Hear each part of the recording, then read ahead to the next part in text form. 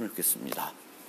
자, 세 번째 노트입니다. 클래스에 대해서 지난번에 이제 객체를 설명드렸는데 복습은 한번 읽어보시고요. 이제 객체 지향에서 우리가 객체 지향으로 어떤 프로그래밍 한다. 그러면 그 프로그램에 필요로 하는 객체들은 뭐가 있는지 찾아야 되겠고, 그런 객체를 우리가 클래스로 모델링 해야 되는 거죠. 강아지가 필요하다. 그럼 강아지 클래스를 정의해야 되겠고, 문이 필요하다. 그럼 문 클래스를 정의해야 되겠죠.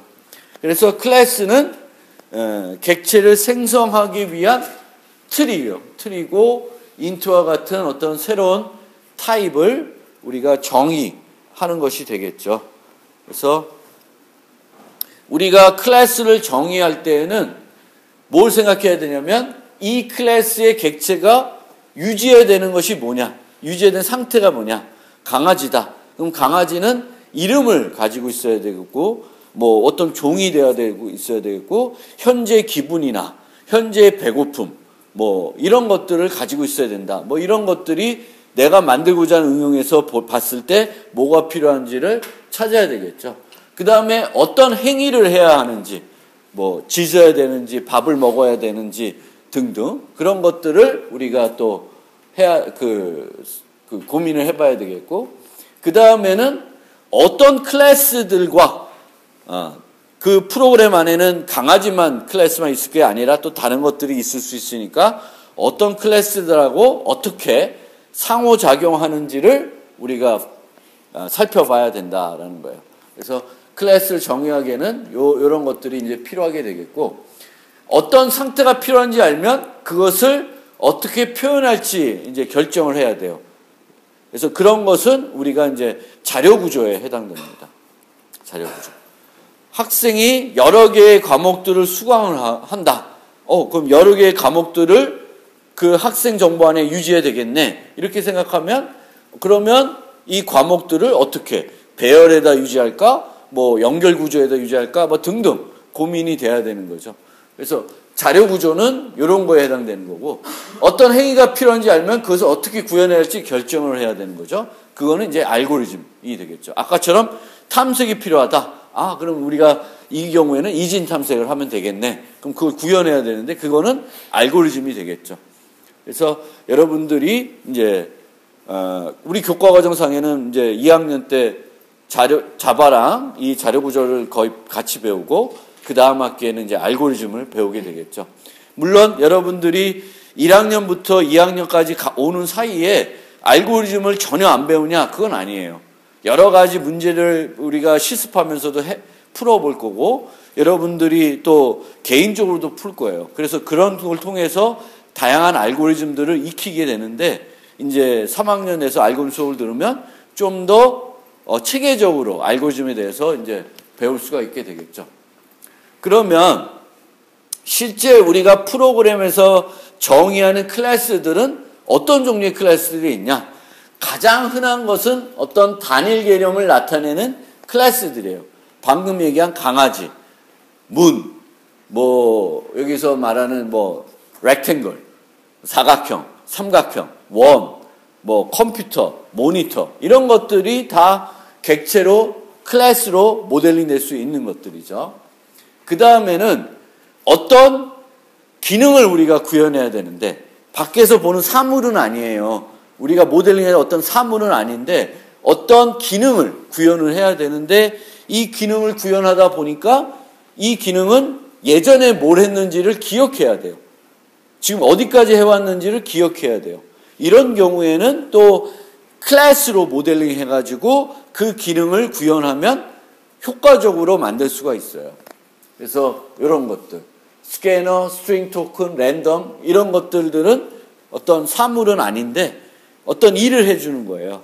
근데 일을 해주는데 기억을 해야 돼. 기존에 뭘 했는지. 스캐너 같은 경우에는 데이터를 입력받는 거죠. 파일에서 입력받을 수도 있고, 그러면 현재 파일에 어디까지 읽었는지를 그 객체가 알고 있어야 돼요. 우리가 한꺼번에 파일에 있는 모든 데이터를 메모리에 갖고 오는 게 아니거든요. 한 줄씩 읽을 수도 있고, 그러면 어디까지 읽었는지를 기억해야 돼요. 이런 식으로 어떤 기능을 우리가 구현하는데 이전에 뭘 했는지 또 이전에 어디까지 했는지 이런 것들을 기억해야 된다면은 이런 것들을 클래스로 모델링, 객체지향적으로 모델링해 주면 좋다. 그 다음에는 이런 작업을 해주는데 작업을 해주는 어떤 행위들을 만들어야 되는데 알고리즘 같은 것들을 구현해야 되는데 전혀 지난번에 뭘 했는지 기억할 필요가 없어요. 사인 함수를 만든다든지 뭐 이런 것들 전혀 기억할 필요 없는 것들 이런 것들은 그냥 객체지향적으로 모델링 되는 게 아닙니다. 하지만 자바에서는 그 클래스 외 쪽으로는 뭔가 존재할 수가 없어요. 자바에서는. C나 C++에서 그냥 라이브러리에 함수 하나 만들어도 되거든요. 사인 함수. 근데 자바에서는 그게 안 돼. 그러니까 자바에서는 어떻게 하냐면 하나의 클래스를 정의하고 거기다가 유사한 함수들을 같이 넣어놓는 거야. 매스라는 클래스를 만들어 놓고 거기다가 사인 함수, 탄젠트 함수, 코사인 함수 다 정의해 놓는 거예요. 그렇지만 이 매스라고 하는 클래스는 객체를 만들 필요가 없어요. 객체 만들 필요, 뭐로 만들어? 객체가 뭐 기억해야 되는 게 없으니까 그냥 매스라는 이름의 클래스를 가지고 사인 함수, 코사인 함수를 부르는 거예요. 그러니까 그냥 C에서 함수 같은 애들이에요.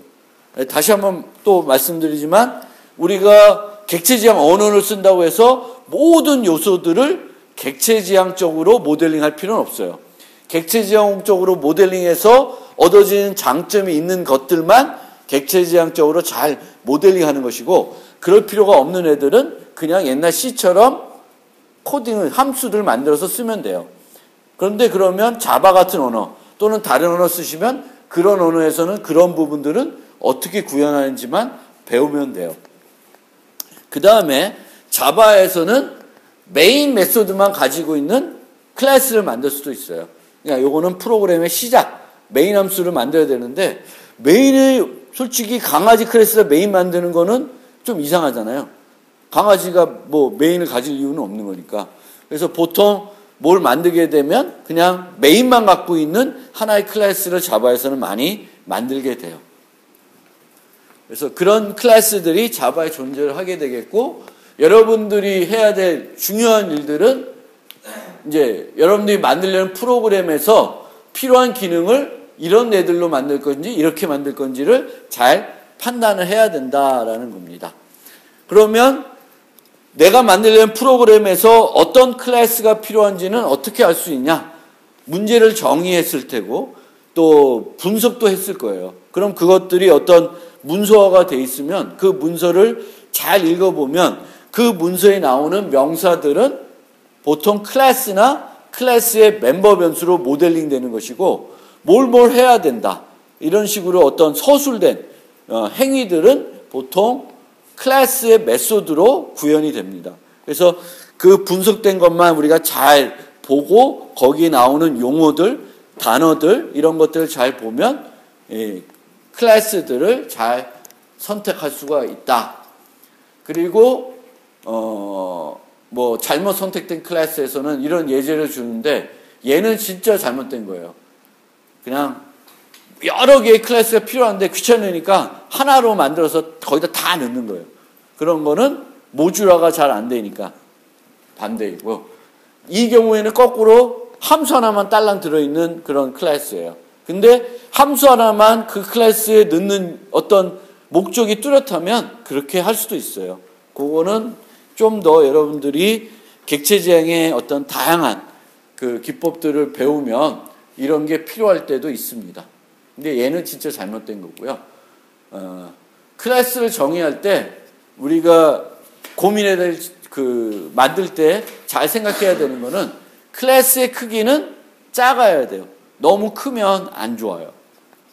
크다는 것은 일을 너무 많이 할 수 있어요. 한 클래스가. 그래서 클래스의 이름은 그것의 책임을 잘 나타내야 되는데 이름을 정의하기가 애매모호하다.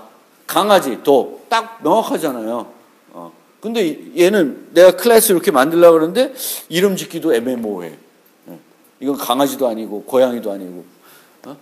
그래서 그런 경우가 있고 멤버 변수의 수도 너무 많으면 안 돼요. 어떤 클래스의 객체가 유지해야 되는 상태가 너무 많다. 그러면 너무 한 곳에 많이 는 거일 수가 있습니다. 그래서 그런 것들을 잘 고민해야 되고, 그런 측면에서 그거를 좀 더 전문적인 용어로 설명을 드리면 클래스는 높은 응집성과 낮은 결합성을 가져야 된다고 합니다. 마찬가지로 우리가 C 언어에서 함수는 높은 응집성과 낮은 결합성을 가져야 된다고 해요. 그래서 응집성이라는 것은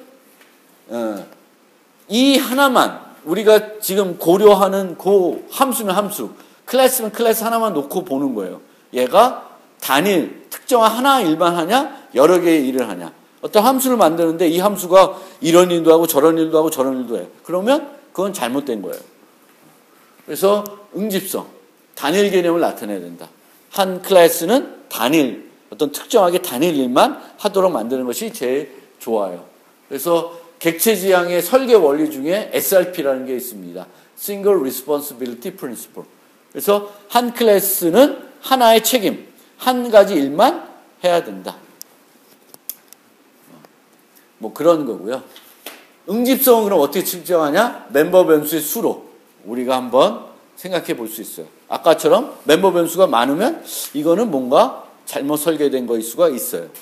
너무 많은 일을 클래스가 많이 하는 것일 수 있습니다. 그 다음에 결합성은 그 클래스 하나만, 함수 하나만 놓고 검토하는 것이 아니라 프로그램 전체적으로 보는 거예요. 그래서 서로에게 어떤 영향을 주냐. 영향을 적게 주면 적게 줄수록 좋다는 거예요. 얘를 바꿔야 되는데 우리가 만든 클래스 다를 바꿔야 돼. 그럼 뭔가 설계 잘못하신 거예요. 내 프로그램에 10개의 클래스가 있는데 하나 바꾸려 했더니 내가 만들어 놓은 9개 다시 또 다 바꿔야 돼. 그럼 뭔가 의존성이 너무 큰 거예요. 그래서 그런 것들을 의존성이 떨어지게끔.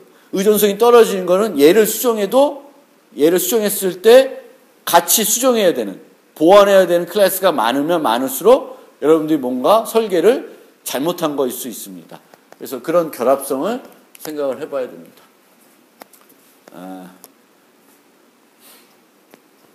얘기의 흐름상 요 시점에서 쉬겠습니다. 그리고